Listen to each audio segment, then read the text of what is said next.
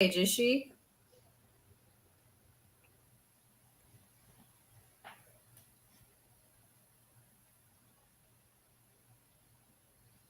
Welcome to Lioness Lifestyle Live. So my name is Lindsay. And my name is Christy. And my name is Ellie. And we are all eating a meat-based nutritious diet. We will have discussions concerning women's health and their unique perspectives on keto and carnivore diets. To discuss topics such as motherhood, aging, weight loss, pregnancy, mental health, and much more. We hope you join us to Chew the Fat on Tuesdays at 8 p.m. Eastern.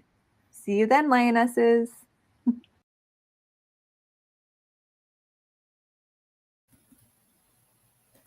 Hey everyone, welcome to Lioness Lifestyle Live. We are so excited to meet you this evening.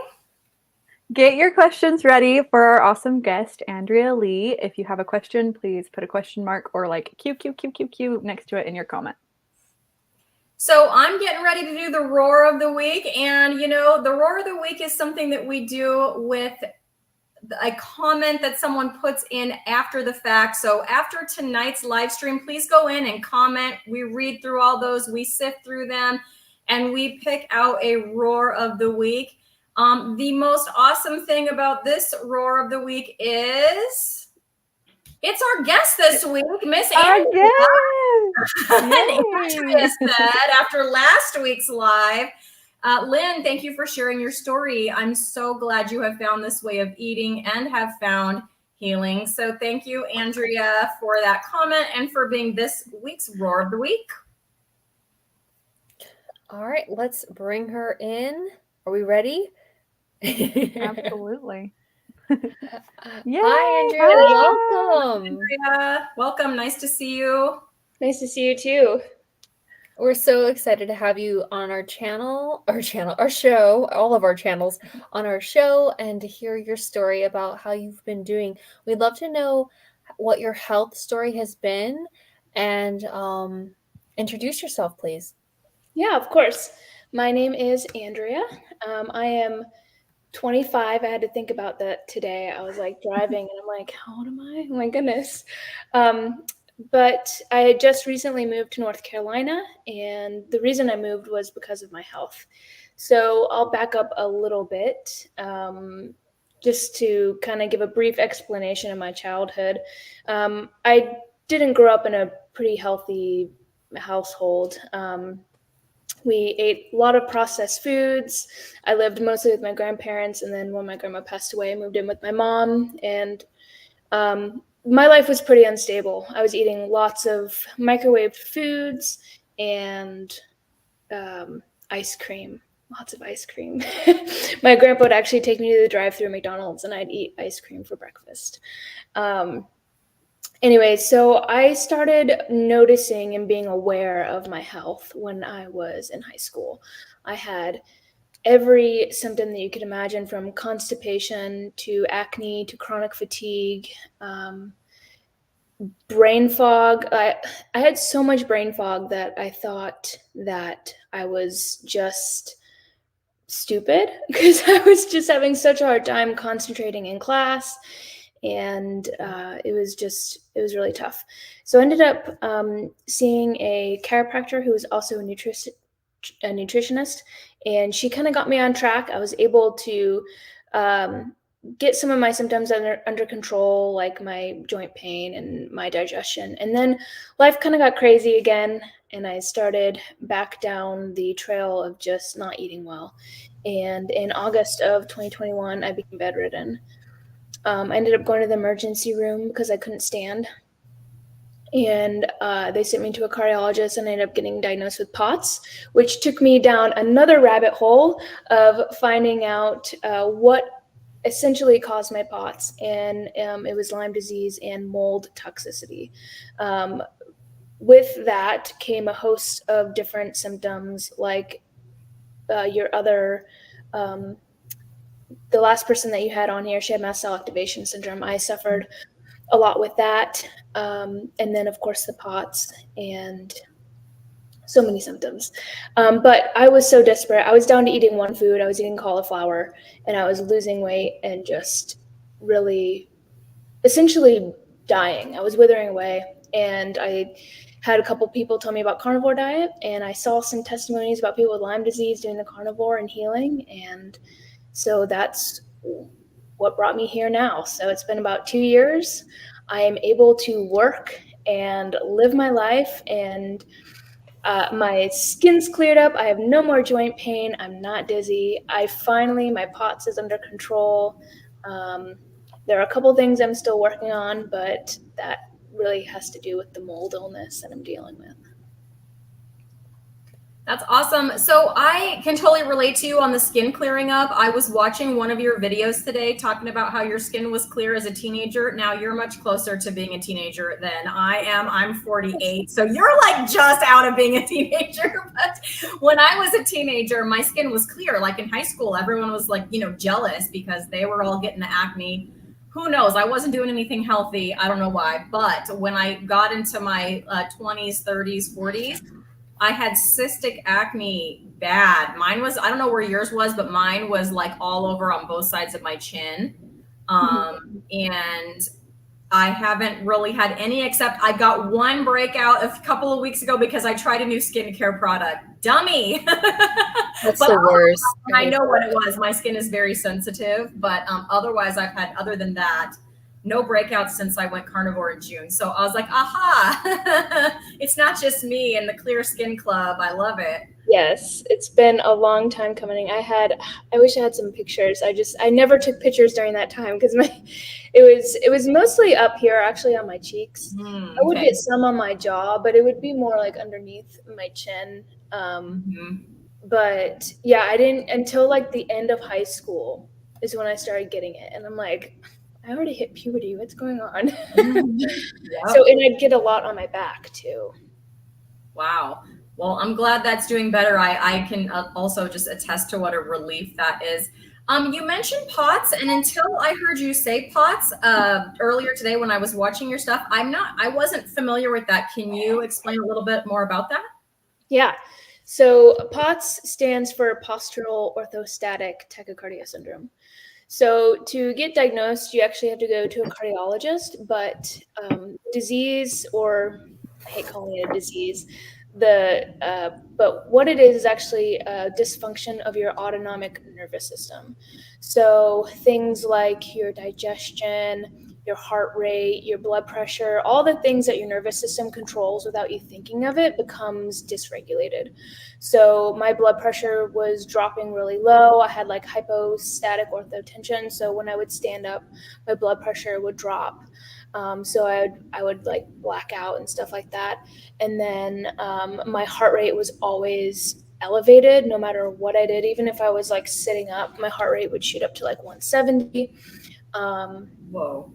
Yeah, a lot of things would happen too. I mean, I had chronic diarrhea and just overall just muscle pain and weakness because my nervous system was like, what's going on? I had a lot of chest pain, felt like I was having heart attacks every single day. I remember going to the emergency room like every other week, and they're like, you're stressed. I'm like, what? There's something wrong. Like, I feel like I'm having a heart attack. My whole arm would go numb. I'd have pain in my chest. That's crazy. Yeah. And so a lot of people with POTS will get those types of symptoms, but from my understanding and what I'm learning through natural health care is that POTS is always a secondary disease. So you have to look for a underlying root cause, which can be usually mold, people living in black mold, or something like Lyme disease, or even Epstein-Barr virus, stuff like that. Okay. My sister actually has POTS. She has POTS, and she also has Ehlers-Danlos syndrome. Yes, that too. Yes. Yeah, so she has that and POTS and a couple of other things. And so I completely understand what you've gone through. Absolutely. Yeah, so traumatic brain injuries and Ehlers-Danlos, I can never pronounce it, but EDS, EDS will cause that because of your ligaments. And it's interesting because I believe I have it too, because Whoa. Oh yeah, hypermobile. Yeah. Yes. Oh, wow. And I've been to rheumatologists and stuff. I've been to doctors and I've shown them, and my skin's really stretchy. I have a lot of EDS type symptoms, and they're like, nah. And I'm like, I even have POTS. Like, this is crazy. But the thing is that carnivore has helped me so much with, because I used to not be able to like look back like this. Like, I'd have to hold my neck. So like I had no stability in my joints at all. But Wow. carnivore has helped me so much. Wow. Yeah, I Amazing. completely understand that. Like, for her, for specifically, like she's always like dislocating like her collarbone and like her hips. She has to like have, everything taped and stuff like that. Do you also suffer with that? Yeah, so my ribs will go out of place a lot. I go to the chiropractor and get them pushed back in. But like I said, the carnivore has helped. And also I do like isometric exercises. So instead of like doing 10 squats, like I'll hold the squat, and it helps strengthen your ligaments in your joints. And I also noticed that I'm not sure if your sister's carnivore or not, but oxalates are one of the leading reasons for EDS, because they'll accumulate in your joints and they'll cause that deterioration of the collagen and stuff. And I noticed that if I do have if I have anything with almond flour or anything that's high oxalates, I'll get that instability in my neck again. My knees, like I'll lose my stability in my legs, like my knees will give out and stuff like that. So I really have to be careful about eating oxalates. Yeah, she's not carnivore. She totally like supports me and everything I do. I've tried to, talk to her about it, but she's working with like the Mayo Clinic right now and she seems to be doing okay. But I'm definitely going to be sharing this episode with her. Yes, With all the info so I can push her towards that. She'll probably be like, "Oh, Ellie, stop." I know. It's hard. It's hard, and with diseases and stuff too, people can kind of. I'm not saying that your sister does this, but we kind of cling to it, and it kind of becomes. It can become our identity. And I've had people. I used to be a nutritionist down in Florida, and I've had people stop my program because they were getting better, and they were like, I can't do this anymore. I'm like, you're getting better. They're like, yeah, I can't do it. I'm like, okay. And they're just like, it's like, it becomes part of them and they can't let it go. Yeah. Interesting. So Susan E says that she has loose ligament syndrome. I've dislocated both my shoulders dozens of times. I can't imagine that. Ouch. Yeah. My brother has it as well. So it sounds like that runs in her family. Yeah, that sounds painful. Yep. Sometimes my shoulder it'll dislocate and I pop it back in. Ouch. Man. Wow. Man, Man, It's insane. It's insane. It really is. So it's nice to, because I've seen her like struggle with it, but she's strong. She's in physical therapy and she's younger, but still she's working through it. So it's nice to see that there are other people out there who might be suffering with something similar and you're having such great results with carnivore. The thing I don't know about is Lyme disease. Could you tell me more about that? Because it's like my brother had that. He got it from a tick. Oh my gosh. Yeah.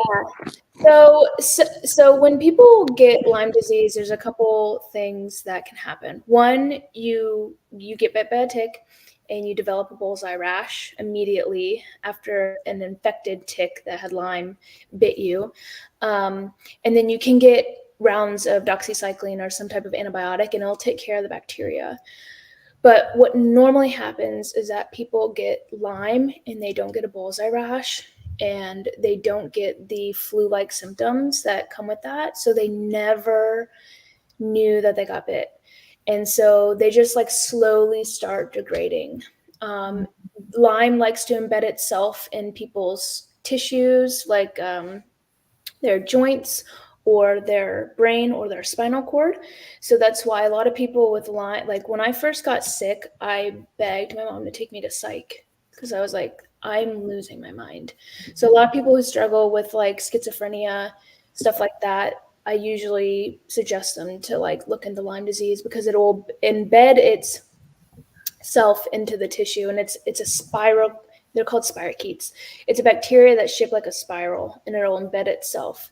So even if you get a blood test, so this is sorry, it's a lot of information. We love it. Bring on the information. We might get in trouble for this. The CDC does what's called a Western blot, and the Western blot only checks for 5 strands of Lyme, and it's only the 5 strands of Borrelia Lyme. So if you suspect that you have Lyme disease and you go to your primary care doctor and they test you for Lyme disease, you're most likely going to come back with a negative because of the way they test it. And because it gets embedded in your tissue. So they're checking for antibodies when they do the Western blot. But if it's chronic, your body is not producing antibodies. So it's going to show up negative. So there are a couple other labs that will test for, there's like hundreds of strands of Lyme that will test for all of them. And they actually test for like the actual biomarkers of Lyme and not the antibodies, so that you're more likely to get a more accurate reading. Now, there are a couple different, like I said, Lyme is like a broad spectrum, but I specifically was dealing with Bartonella, which you can get from cats. You can get from literally almost anything. Cats carry Bartonella, which is cat scratch fever. And then fleas carry Lyme. Parasites carry Lyme. So people, if they get parasites like in their intestines, and sometimes they can show up for Lyme because the parasites have Lyme. And it's a crazy process, and it's hard because the medical system doesn't recognize it. They just think that people are crazy. I got labeled for a whole year. I got labeled as just having anxiety. And while I had like severe joint pain, chronic diarrhea, weight loss, I mean, all this stuff. And I was just labeled with anxiety. And I think it's really, really sad. And Lyme is more prevalent than we think. And there's some good documentaries out there. One's called The Quiet Pandemic. And then the other one is called I'm Not Crazy, I'm Sick. And it really goes into detail about like the political ins and outs of Lyme disease and also like what people deal with. That's crazy. So I think, after listening to you, my brother was almost lucky because they did diagnose it. Now he's doesn't do any of this stuff. Like if you heard me talk about my 2 brothers got in an argument over like butter versus margarine, this is the team margarine brother. Like he is not the healthy brother at all. But I know Ellie's like, what? I'm like, I know, Ellie. It was always team butter. I've never been team margarine. Team butter for sure. Team butter for sure. But anyway, so he is not the healthier of my 2 brothers as far as his eating, but he's the one that got the Lyme disease from the tick.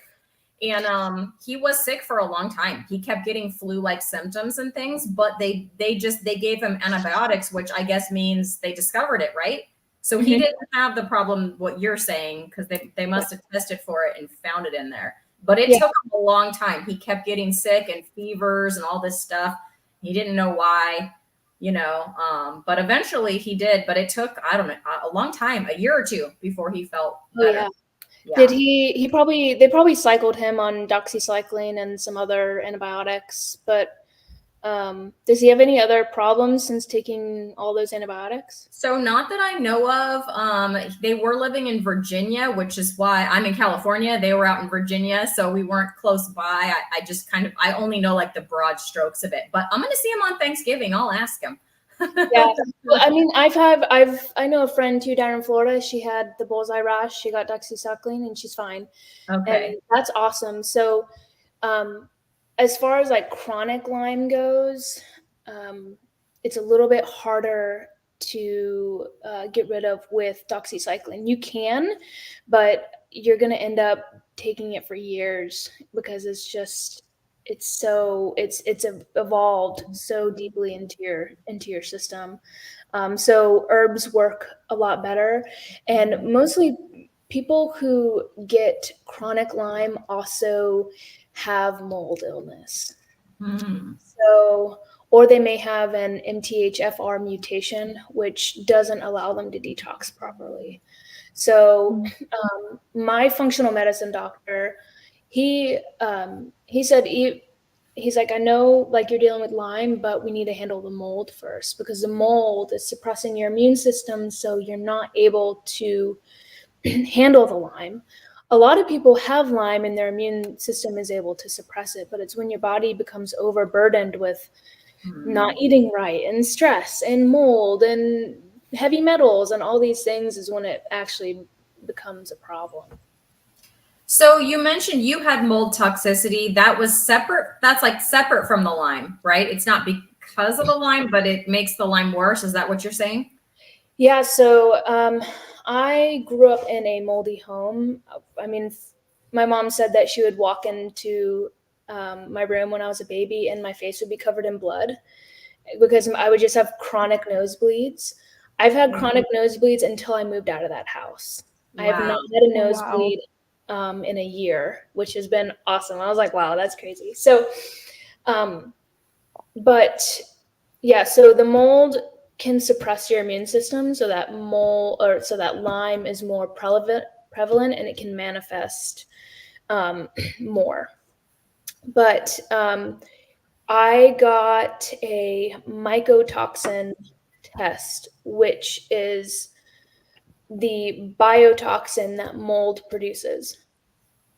So mold, when it feels threatened or when other mold grows on top of it, so they like start fighting kind of, they release spores into the air and they release mycotoxins.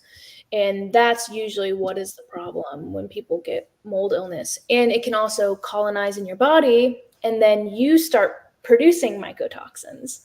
So when I got my blood work done, it showed high levels of, I don't know if I have it. I should have grabbed it. I might have it. I had like high levels of all mycotoxins. It was insane. And I was like, this is crazy. And I showed one of my allergists and he goes, mold can't make you sick. I'm like, What? showing all the mycotoxins in my body. That might have been the dumbest thing a doctor's ever said. Yeah, he said that's vegetable oil is good for you. That's another dumb thing, but that's okay. You hear them all, right? All these comments that doctors make to us, and it's just like, I want to show this comment from Gail earlier. Yes, please. Yeah, let's see if I can find this blood work. While you look for that. I've had every major tick-borne illness. I'm probably going to say all these wrong, but Borrelia, Babesia, Bartonella, Shigella, had them all. Wow. Wow. Yeah, that Dan has Babesia, Borrelia. I don't think he has Bartonella. Yeah, Dan is her boyfriend. Who Sorry, also has. Okay, I wasn't sure who Dan was. I'm like, got it. Okay. That's my son. Yeah, I know. That's also Lindsay's son. That's right. Not the same person though. No. Yeah, they both met. So. They both met because they have Lyme disease, and right? Is that right? Andrea? Yeah, so we met on a dysautonomia group, which is like POTS and stuff, because he was diagnosed with microvalve prolapse, and we got to chatting, and I was like, hey, have you ever got tested for Lyme? He goes, no, but I've been suspecting it because I had a rash not too long ago and I hike a lot. And I was like, you need to get tested for Lyme. And he did, and like a bunch of Lyme showed up. So he's doing a lot better though. He's carnivore. He's the one who kind of talked me into doing carnivore, and we've both just seen so much benefit from it. So we probably won't ever go back. Yeah, that's awesome. I don't blame you for that. Well, I'm gonna. Oh, I just wanted to show. If that's okay, I wanted to share this. Okay. Yeah. So all of these should be yellow. This one is like all the way here. These are both orange. This one's red. This is probably HIPAA violation, but I don't care, you guys. Tell the Well, truth, Some girl. information then. That page is bad. Oh, that's like all orange and red. Yeah. Wow. So I had a lot going on. And I sometimes you can get mycotoxins from food, but it's very rare. It's more from breathing it in. But like peanuts are high in mold. Coffee can be really high in mycotoxins. That's why like sometimes people who drink coffee they can like get really, really bad anxiety. I know the caffeine can do that, but it can also be the mycotoxins that they're consuming. That's so interesting. So our guest last week was Midlife Carnivore. This is Lynn. She said mold toxicity was an issue with my mast cell activation syndrome. I'm almost positive I don't detox because my house inspection came back clean. Wow. So yeah, it's hard with house inspections because I could visibly see my mold because the tiles on the wall were falling off, and then my mom's shower was leaking and it was like all throughout the house. And then I lived in Florida, so my house would flood periodically. Mm-hmm. So there was it was really water damage. It's crazy here in Florida. Yes. And then I also was working in a moldy restaurant as well. And the reason I know that was man. because I was the one cleaning the wall and the tiles and all that stuff. So with not being able to detox, I've been listening to a book called Dirty Genes by Dr. Ben Lynch. And he talks about how people can have snippet in their genes and it can cause us to not detox properly. And one of them is, like I mentioned earlier, is MTHFR gene. And that is where we can't methylate any vitamins or anything. So having methylated folate really helps people with that gene mutation, and also glutathione. Okay. Well, Gail has a question for you. Gail wants to know, Andrea, have you taken the VCS test and been tested for SIRS? I have not. I particularly don't like the Shoemaker protocol because that's usually what that is towards. Dr. Shoemaker kind of came up with chronic inflammatory response syndrome, and the VCS test is where you look at the screen and see the contrast. I have not done it.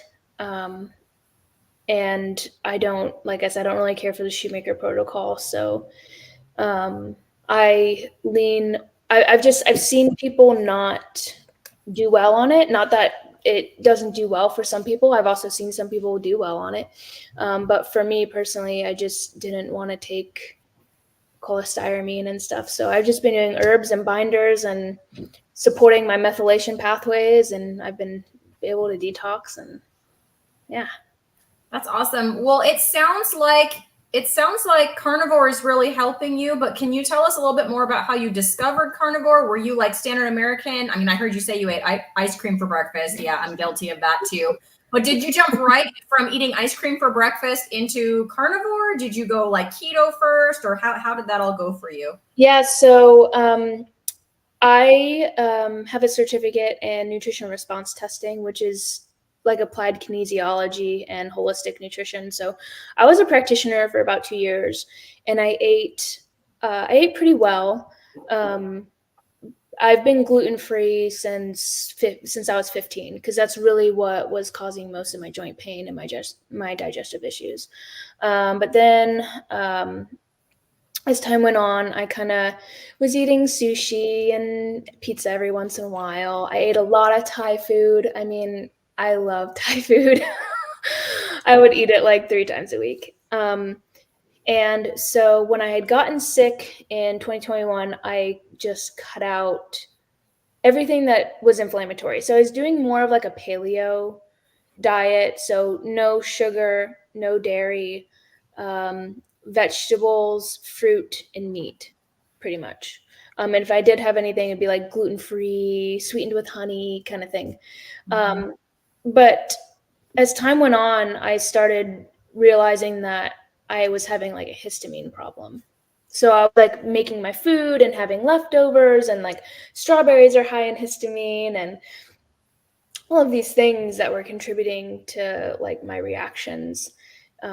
Because I would eat something and then my heart rate would go up, I'd get hives and all of these things. I'm like, what's going on? Like, I'm eating healthy. And I was even scared to eat meat because I would cook meat, eat it, and then the next day I would eat it and I would break out in hives because the histamines would build. So I was terrified to eat meat, and I got down to only eating cauliflower. I was eating cauliflower for maybe a month, just like riced cauliflower with olive oil. That's all I was eating. I had lost like 30 pounds. And I was reacting to everything. I was reacting to gasoline. I was reacting like smells, anything I could smell or touch. Even if I like touched like a rose or a flower or anything, I would like react. I was like, what is going on? This is crazy. So that's when I met Dan, and he suggested carnivore. And so did my other friend who had Lyme disease, but I was like, I can't, like, I reacted, and he's like, you have to do it. And I was like, okay. So I went to the store one day and I bought grass-fed fresh ribeyes. And I would eat like half a ribeye in the morning and half a ribeye at night. And I did that for like maybe 2 weeks. And I was able to like walk down the driveway and like lift my arms. Like, I was so sick. I was able to lift my arms over my head again. Like, I was able to think and like make full sentences. And it was like, sorry. it gave me my life back. Like, I was completely bedridden. And That's so hard. yeah, and it did, and it was hard to eat the meat, but I did it because I knew it would help me, and eventually I was able to incorporate some other foods at the time, and just keep going. And I wasn't reacting, and I was healing, and I was able to go on planes and travel and move out of the moldy home and start working again and make money. I was out of work for, I don't know, about a year, which I racked up a great credit card bill because all of the natural medicine, no insurance covers. So Wow. You're so But strong. you just wanted to be healthy. You just wanted to feel good, and that's what they told you to do. Gail is relating to you. She says, "Man, I know everything she's talking about. Lived through that nightmare myself." Oh, Gail. Yeah. Yeah, that's why when I saw you talking about what you've been through and your boyfriend on one of Carrie's live streams, and like we had done it was like a random call we had all hopped on. That's why I wanted to reach out to you, because I was just like, if this can work for her, like, it must be so powerful. And then when we were making the show, I was like, we have to get Andrea on here. Like, Aww. yeah, you're like one of the first people I put on the list. So I was like, gotta get her. So I do remember that, actually. yeah. So I'm really glad that you're on and you're sharing your well, story. I have to give credit to where credit's due. And Rebecca Heischman she went through way more stuff than I did. She had chronic C. diff and Lyme as well. And she suffered for way longer than I did. And she got down, I think her lowest was 69 pounds. Like, she was skin and bone. And she felt that the Lord had told her to stop idolizing keto and just eat meat. And she did that while she was in the hospital, and they wouldn't let her go until she gained some weight. And that week, just eating meat and I think eggs and butter, I think she was eating, she gained 5 pounds. And so they were able to let her go. And she was like telling her doctor, and her doctor was like, well, just keep doing this weird meat diet. It's working. So Hashtag weird meat diet. yep. And so she kind of, I gravitated towards her because she had a lot of histamine issues. So I ate a lot of lamb in the beginning. I ordered a lot of meat from Billy Doe Meats and North Star Bison because their meat isn't aged. And that really got me through the darkest of the times. And it was so easy when I was sick. I was like, I know what I'm going to eat. I just pop it in the air fryer, and that was it. Honestly, it's the easiest diet ever. Like, it's the easiest way of eating ever. Carnivore is so easy. It is. It's hard to get into the mindset to like let yourself do it though. I think that's like the biggest hurdle that people experience is just the being like, I don't know if I can do that. Because when I heard about this carnivore, I was just like, who, why, what? Like, why would you do that? Why would you only eat meat? Do that to yourself? It's like, do you hate yourself? Ice cream for breakfast? Yeah. And the cheesecake. Honestly, it would be cheesecake for me. But oh yeah, or cold pizza for breakfast. Oh, cold pizza, yes. Yep. I've been there before. Yeah. I ate a lot of I loved ranch too. Sorry if you have problems and we're triggering people, but I definitely I did have some binge eating problems that I'm still navigating through too, because I'm doing the 90-day challenge. And when I started carnivore, I always had some type of sweetener because of my POTS. I was always drinking electrolytes, and I always had like the sweetened electrolytes with the stevia in it. So these past 4 weeks has been really eye-opening because I'm just like no sweet taste at all. And it's interesting because I am now, like tonight I had a steak and I didn't even need to salt it.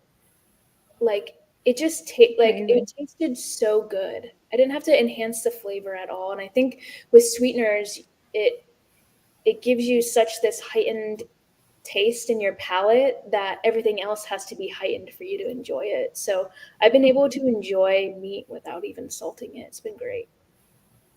That's so interesting because I am not the person here who ate picanha. It was not me. One of us ate picanha for dinner, but that's going to shock everybody that it was not me. Gotta guess. Someone on the screen ate picanha. Obviously, it wasn't Christy, but someone else here. You think you know who it wasn't me, everybody. I know I'm the picanha queen. What I did is I made Rick's heart attack chicken. If you haven't seen that, he's at Charger Mopar, and a video coming out soon. I'm editing now. But he doesn't salt, he doesn't season at all. It's literally just chicken fried in either lard or beef tallow. And I use beef tallow, and spoiler alert, I ate a piece. I couldn't wait. It smelled so good, unsalted, and I did end up salting the rest. And it tasted really good, salted, but that it just makes me wonder, Andrea, because I still do, that's the one thing I still do that does have a sweet taste is my electrolytes with the sweetener. I've gotten rid of pretty much everything else. It doesn't make me crave more sweet things, but it makes me wonder now that you said, I think that I haven't heard anyone say that before. Like they got rid of the sweet taste and then it made them not want their meat salted anymore. Well, I think, I don't know why. I don't know why it's correlated, but I think it comes down to like you're appreciative, like you actually enjoy something without needing any kind of crutch whatsoever. And that's huge. You know? Because I used to douse my steak in salt. I mean, but people with POTS, they need a lot of salt though, right? Yeah. So I've been noticing that I don't know if it's the winter time. I know winter time is a little bit easier for me because the cold will restrict my veins. So my blood pumps a little bit better, but I haven't needed as much electrolytes at all or as much water. During the summer, I drink like a gallon and a half of water with I'd probably consume like 7 grams of sodium for me to just not feel dizzy and feel like I'm going to pass out. Yeah, my sister, she always tells me when she's making food, she just like salts the heck out of it, because that's like one of the only things that, she knows that can help her.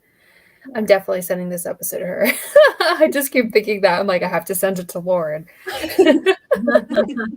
Yeah, so Yeah. I'm probably maybe consuming like 3 grams now. So I do Okay. have, I carry a half gallon of water. So I finish that usually by the time I get home. And then when I'm home, I have this, I think it's 32 ounces. And then I normally don't finish this before I go to bed. And I don't put electrolytes in this. I'll put like some mineral drops in it. But yeah, so I don't know. Something's happening. And I don't need as much salt, which is fine with me because it can get expensive. So Renee has a question for you. How long have you been on carnivore, Andrea? I've been on carnivore for, it'll be, let's see, almost 2 years. So I think I started in March. So March of 2024 will be 2 years. Okay. So you just mentioned a 90-day challenge. If you've been carnivore almost 2 years, what's the 90-day challenge that you're talking about? Yeah, so when I started carnivore, I did, like I said, mostly ribeye, but then since I was reacting to every single food, I was slowly adding back in other foods. I of course started like eggs and then I did like potatoes and stuff like that just to see if I would react. But I was kind of just like here and there and animal based and always using sweeteners and having keto treats every once in a while. And I was mostly carnivore though. I mean, I would probably say like 80 to 90% carnivore. But I noticed that I would kind of like slip into just having like potato chips, but like no seed oils or something like that.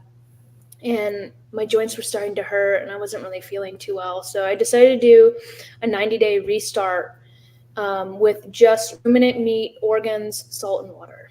So I eliminated all sweet things, even like I said, stevia, anything that would make me kind of stumble into like a binge. And it's been 4 weeks doing that, and I have seen amazing results and just I've grown so much in my emotional understanding and like relying more on God for comfort than food. Right. Yeah. That is So- so beautiful. Yeah, absolutely. There was a comment. I'm going to try to go find it. I don't know if I started or not. I might not have. I didn't. It was from Mike, and he said he loves. I'm just going to sorry, Mike. Type it again, Mike. He says that he really loves how you rely on God or something. There we go. I love how Andrea trusts God. There you go. Yes, Mike. Absolutely. And he also likes that you put scripture in your videos as well. Mm-hmm. Oh, yes. Yeah. I definitely contribute a lot to the Lord. When I was really sick, I couldn't get out of bed, like I said. So I just dove into the Bible and just really getting sick brought me a lot closer to God because I wasn't working. I had no paycheck. I wasn't able to go to church anymore. I had no fellowship, no outside communication. Some people, my mom definitely supported me, but like my sister thought I was crazy. Until I came home one day with an EpiPen because I was breaking out in hives. And she's like, "Oh, you're really sick." And I'm like, "Yeah." But the Lord was really with me through it all. And I've learned to trust him more and just really rely on his strength and his comfort. And doing this without the sweeteners has brought me even closer because I'm like, wow, I have definitely turned to food a lot more than I thought. Even carnivore, because I would I would do like pork rinds and cream cheese, even though it's carnivore. Like I was still really hyper palatable, and I would binge it. I could binge eat it, and I was having problems with still binge eating on carnivore. Yeah, for me, not on carnivore so much, but with keto. And I guess, I don't know, my version of carnivore is a little, maybe it doesn't always include those things. When I was more keto, I did include pork rinds, I did include more cream cheese, and I still had to like self control it. You know what I mean? Because, yeah, I'm with you. I could binge those and nuts as well, like pecans, I would have a lot of and I'd go for a handful and then I'd go back for another one and another one. Or cream cheese, I'd have an ounce, and then it was like, let's, next time I do that, let's make it 2 or 3 ounces. Yeah, I hear you. I guess those things are carnivore, the cream cheese and the pork rinds, but I've kind of just cut those out, and I don't miss them anymore. Like I now just give me a good ribeye or picanha or something like that. I'm a happy camper. Yeah, I think that's where I've seen so much success was like eating whole food carnivore, if that makes sense, instead of the more dirty kind of processed Processed foods. Mm-hmm, I try to stick to whole food carnivore like pretty much the whole way through. I think I've used pork rinds maybe like once or twice, and it's been over 200 days. So I definitely think that's really important, especially if you're dealing with addiction of any kind. I say that I had emotional eating as well. Like every emotion was tied to food. And I was just always looking for the fridge for some kind of like I looked at it as like a sanctuary. Like, oh, I'm dealing with it. It's okay. I can just go have another piece of whatever, or another bite of this, or another bite of that. And I feel like it's like this way of eating. It's finally so satisfying. Like I actually feel full. Like, do you feel full now? Yeah, so I'm still trying to decipher between like feeling full and cravings, because like right now I'm full, but I could totally eat some ice cream right now. You know what I'm saying? Like my brain is still like, where's the sweets, or like where's the dairy or whatever else. And I'm definitely still, it's definitely lessened over the time. I think one of my videos I talked about, like the first week of doing the 90 days, like I took a tablespoon of honey because I was like, my brain was just like, where's the carbs? Where's the carbs? Because I was doing coconut water with my prime protein shakes, because I felt like with the pots, I needed the electrolytes and the carbs and all those things. Again, like it was more like a crutch than anything. And so after the tablespoon of honey, the next day I did butter. And then after that, I was like, nope, no butter, no honey. I'm good. I don't need it. And so it's been challenging, especially when I get stressed. But oh, I forgot her name. I listened to 5 Minute Body. What's her name? I don't know her name either, but I know what you're talking about. She, when you're more stressed, just eat a little bit more fat, maybe. So like have a fattier ribeye or add tallow or something like that, so that you're not, so that your body can use that energy. So you're not like super stressed and like craving other things. Yeah. Well, hey, everybody, I think it's time to spin a meaty question. Andrea, are you ready for our spinner? Yes. Ready or not? No, she's ready, you guys. She's ready. All right, here is our wheel. It is time to spin a meaty question. I wonder what it will be. Oh. Well, we hunted down a meaty question for you, Andrea. Inflammation and you. How has inflammation affected you? And has a meat-based way of eating helped? 100%. I mean, when I look at pictures of myself before I started carnivore, even though I weighed either less or the same, I was so inflamed. Like I had no structure in my face. It was just so inflamed. My eyes were always puffy in the morning. My joints always hurt. I was always bloated.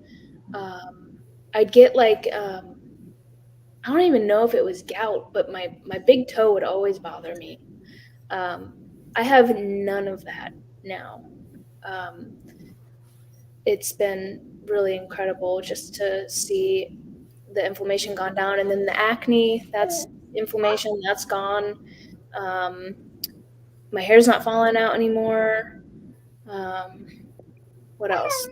More, but it's been great. Yeah, it's I know I can't remember all of mine either when asked on the spot. Every time I do I an had to interview, like write all my lists. it's like I forgot that. I forgot that. Oh my gosh. Yeah. There's so many. There's so many benefits Yes. to doing a meat-based diet for sure. Yeah. Okay. So I think that we should show Andrea's channel so that everybody Absolutely. can go. If you're moved by her story at all, please go support her because she is not only educating you, but she's also sharing her real life progress with her carnivore diet. So here she is here. Yeah, overcoming Lyme and mold illness through carnivore way of eating. Absolutely. And if you're like, who's Dan? Watch this one. He's in that one too, yeah. I watched that one. We Dan's can an see all the ones you ambassador for Global Lyme Alliance, and we got invited to the gala. And Oh. Oh so wow, we that's went to New amazing. York. Yeah, That sounds like a lot of fun. it was fun, and everybody there, almost everybody there had Lyme, so we were all chatting and getting.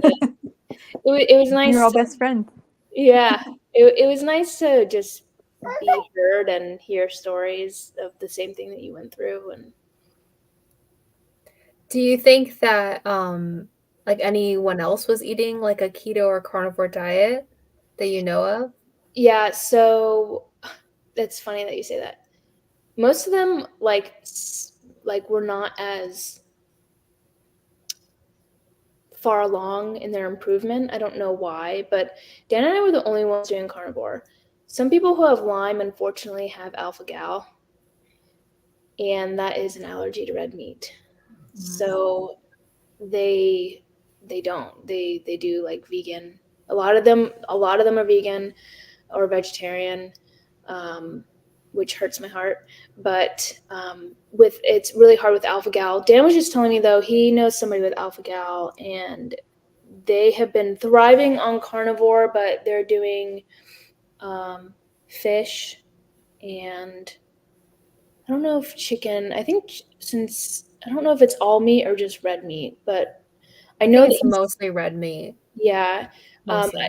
Yeah, he's doing fish and something else, and he's been like healing and being able to like have a little bit of red meat, and so it's interesting.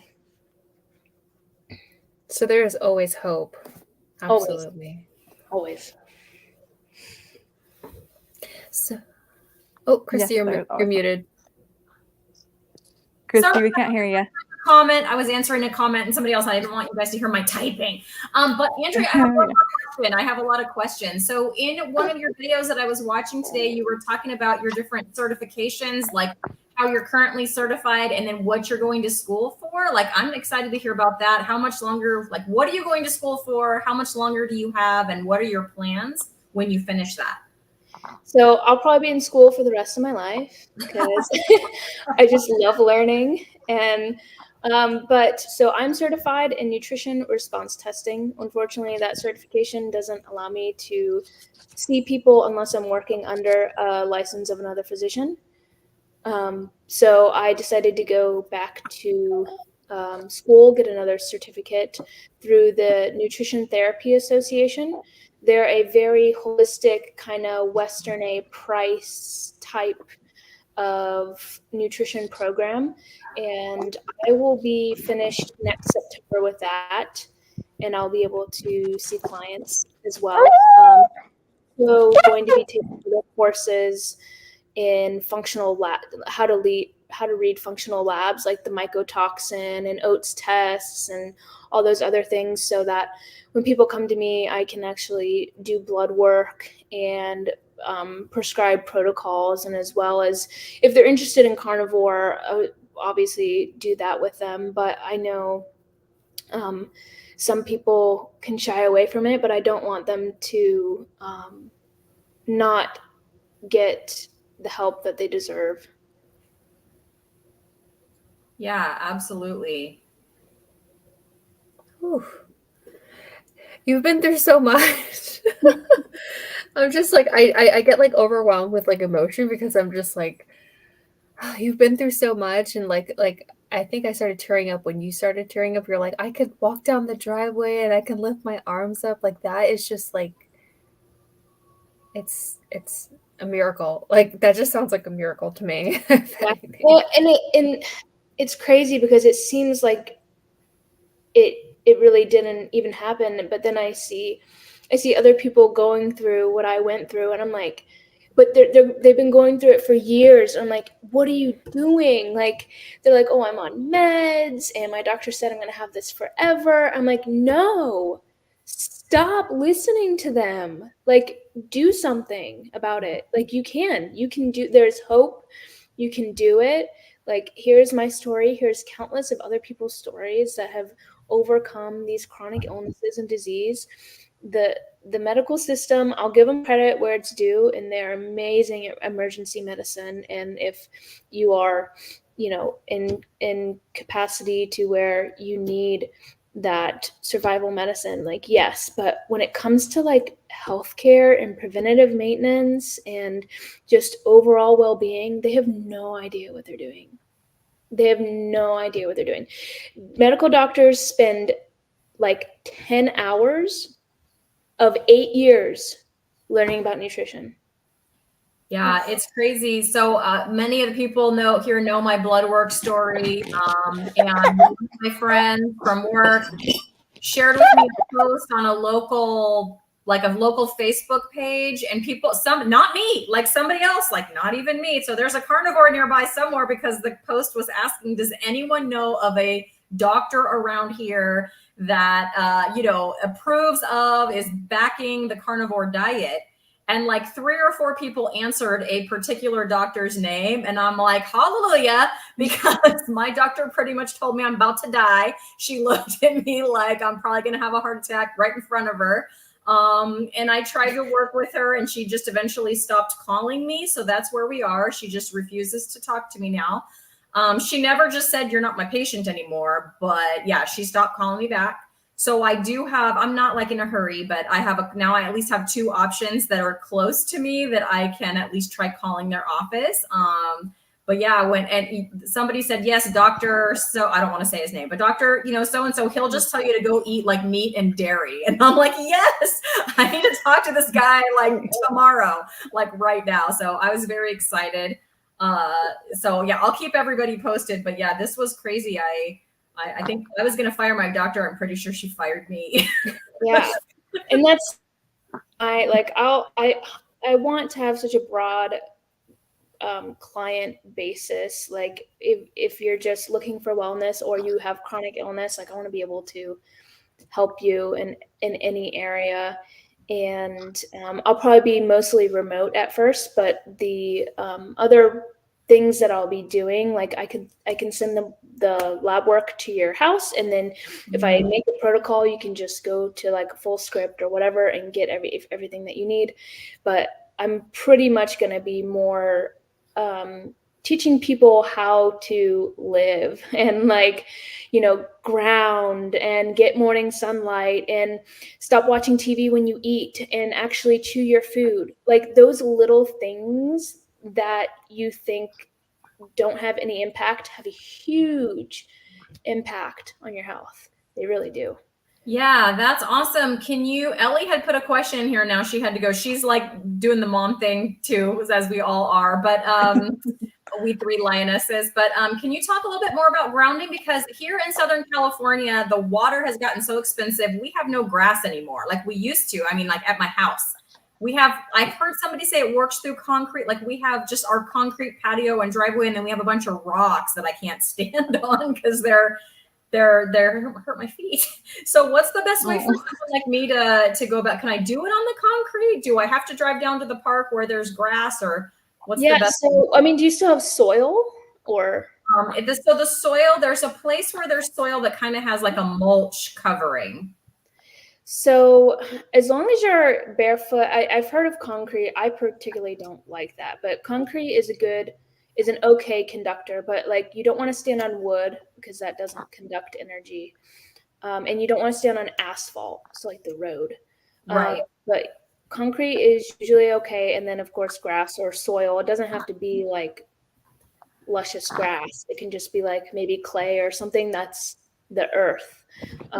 And so I live on a 3rd-story apartment, so I go downstairs every morning and find some dirt. Yeah, go find some dirt. Get that. Tell us in the 80s to rub some dirt on it when we got Rub some dirt. Put some Windex on it. Yes, exactly. It's a good movie. But I mean, just 3 minutes of standing on the earth will your body will be able to transfer some electrons, and it's almost like, I don't want to say it's a charging station, but you're able to release and also pick up. So the earth resonates at the same frequency as our heart beats, which is really cool.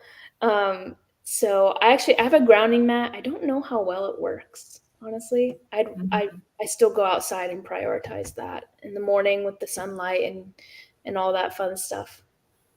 That's awesome. I'm not trying to change the subject here, but our friend Susan was in the ER actually a couple of times for some heart issues that she was having. So this is great news, Susan. She saw her doctor yesterday as a follow-up from the ER. He told me to keep doing carnivore. That's so awesome, as my numbers are fantastic. Even if I could come off statins if I kept this up. Yes, Susan. Yes. Wow, that's awesome, Susan. Look at Ellie. Ellie's just like, she can't even. So Andrea, what is a grounding mat? What is that? I can grab it real quick if you want. Yeah. Yeah. I've never seen one. I've heard of one. Show and tell. I love it. I would love some show and tell. Yes, I'm a teacher.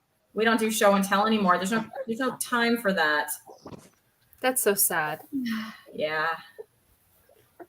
We still have them give oral presentations. Like it helps with their.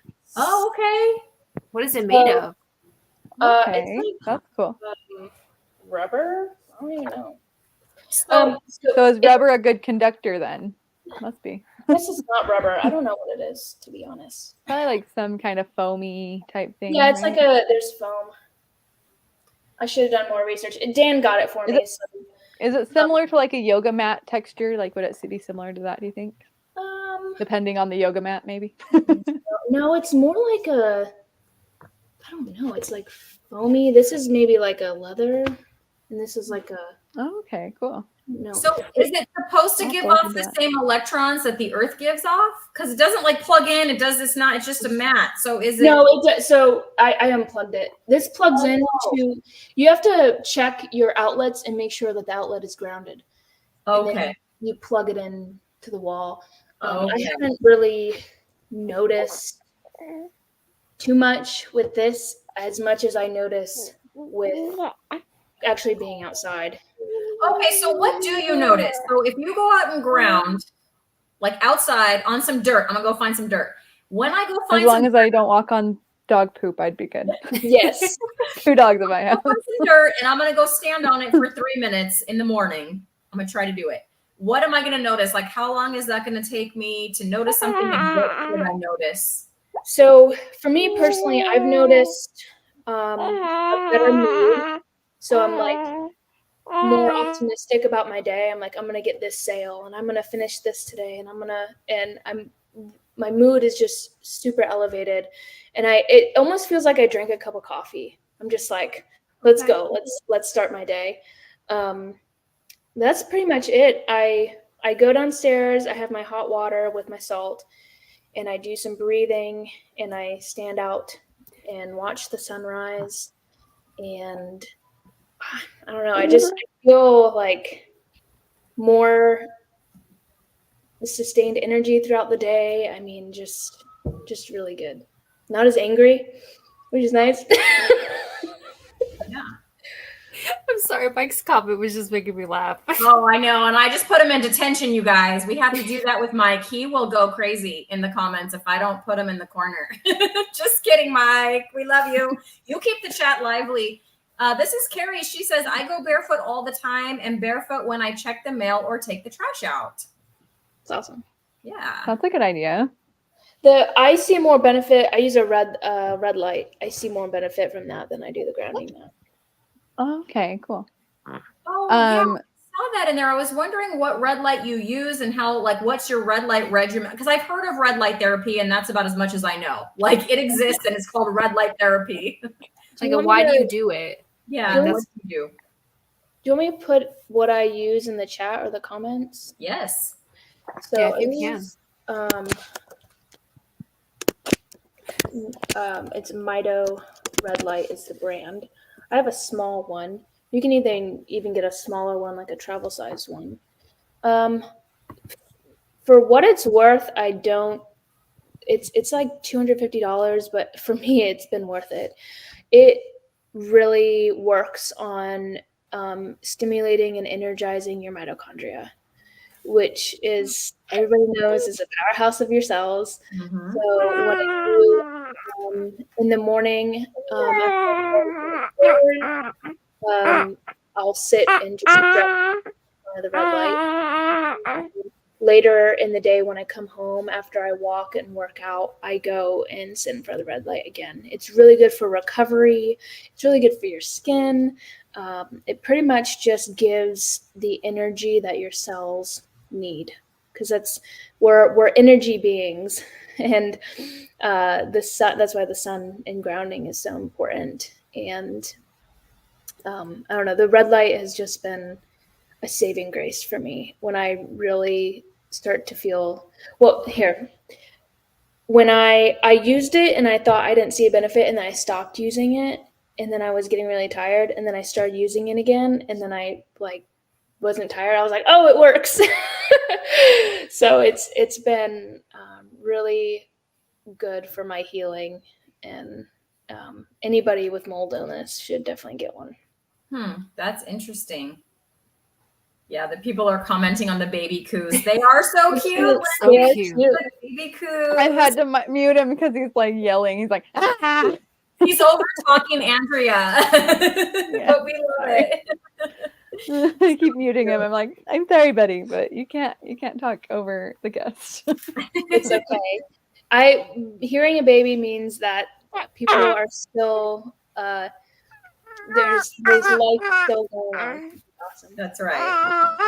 So Midlife Carnivore Lynn, she was our guest last week, Andrea, and she would like to know if it's okay if she contacts you. Yeah, of course. Awesome. Anybody can contact me. Is your email and everything on your YouTube channel? I don't know. That's a good question. So if not, just let us know how she can contact you. That'd be great. Does she have an Instagram? I have her email. Okay. You do? Okay. Yeah, I'll send it to you. Actually, speaking of babies, and Midlife mine Carnivore, is... go hop on her videos and just spam her comment section. There you Spam go. Andrea's comment section.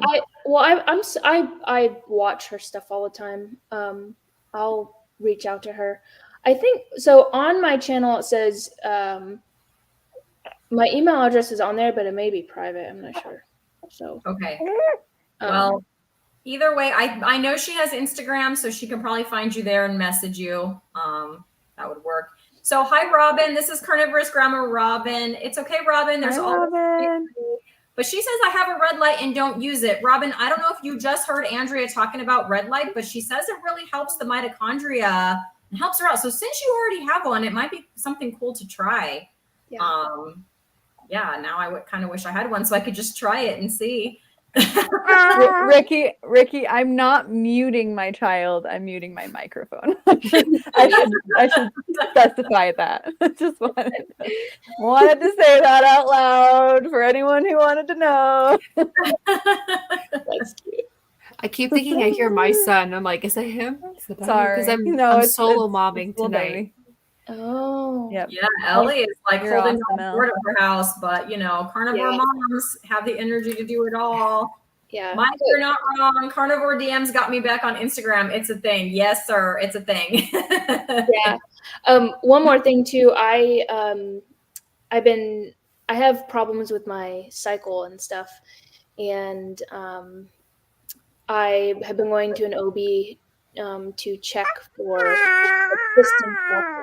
I had to get a CT scan, and I've been getting ultrasounds. They've been tracking my right ovary because there's a bunch of masses on it. They're not cyst, they're not fluid filled, they're like solid. She didn't say they're tumors or anything. They're just like solid masses. So they're thinking that I have endometriosis, and I'm wanting to see if this 90 days with no stevia and nothing else is going to help with that as well. So I get an ultrasound at the end of January, which will be when I'm done with the 90 days. So I'm excited to see if doing really, really strict will help make these masses smaller. Yeah, that'll be interesting. Keep us posted for sure on that. I always want to hear like a lot of our guests I want to have back, right? Ellie, don't you feel that? Because they're always telling us a story, and then it's like, come back in like 3 months, we can hear an update because like a lot of people are still in the middle of their healing, and we definitely, I do mean it when I say keep me updated because it's like now I want to know. Yeah, please do. I will. Absolutely. Definitely. I'll keep my YouTube channel updated as well. So yes, your content is great. I really enjoy it. So well, thank you. I'm trying. It can be stressful at times. You're working, you're busy working, going to school, all that.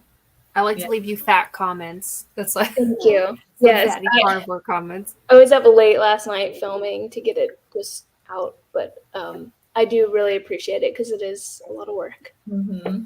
Yeah, you're right. It is. We know. Yes, I know. Yes, you guys. Yeah, I don't know how y'all do it with moms, and that's crazy. I don't. That's the thing. I'm gonna say that now. I don't really do it. You do it, Lindsay. But no, for me, I didn't have a lot of weight to lose, like I always say. So it's like if I don't say this to people, they're not going to hear my story because you can't see it. You can't see it before and after. You can't. Now after hearing you, my benefits are, they pale in comparison to yours, but still, everyone's story is important. And I feel so much better.